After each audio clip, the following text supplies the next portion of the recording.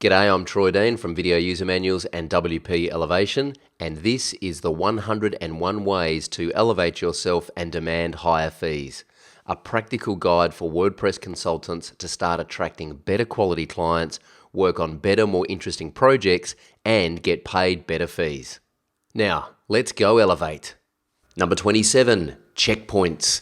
This is something I kind of stole from the building industry. I've done a bit of work with architects and builders over the years, and at various points throughout a project there are checkpoints where a client needs to sign off on the work that's been delivered and make a payment. So here's how I've adapted that for my business.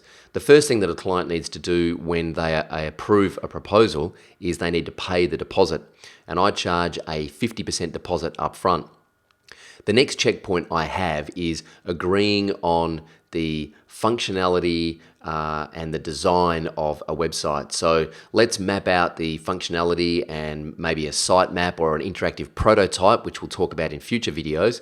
And then let's have a look at a theme. Maybe we're using a premium theme, or maybe we're custom designing a theme. Once we have the functionality and the hierarchy and we have a design in place, the client needs to approve that work and they need to make an additional payment of 25%. So at this point, before we've started to code anything and before we've even installed WordPress, they've paid 75% of the total of the project. The final checkpoint is when the site is ready on our development server with either their content or with some dummy content if they haven't got their content together yet, which we'll talk about again in some future videos.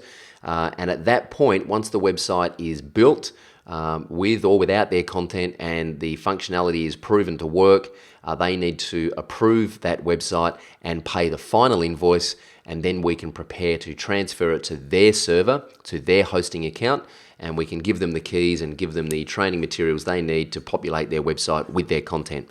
But it's really critical that you get the client to buy into your process, because if you get a deposit from a client up front and then you don't talk to them for 6 weeks or 3 months and you just come back with a website and say, well, here's your website, it's finished now, can I have the balance?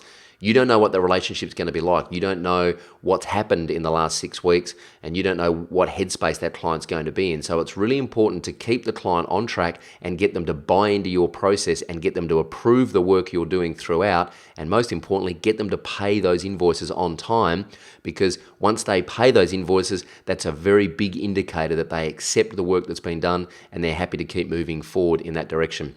And any sticking points that the client any resistance that the client might give you about approving this work and making these payments throughout the process should be alarm bells going off that will allow you to hopefully nip anything in the bud before it gets out of control.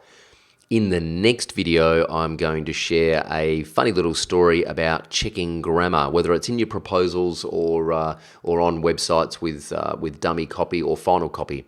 But until then, go elevate. Make sure you subscribe to the 101 Ways podcast in the iTunes store. Just search for 101 Ways to Elevate, or visit us at wp101ways.com and download the free 101 Ways ebook.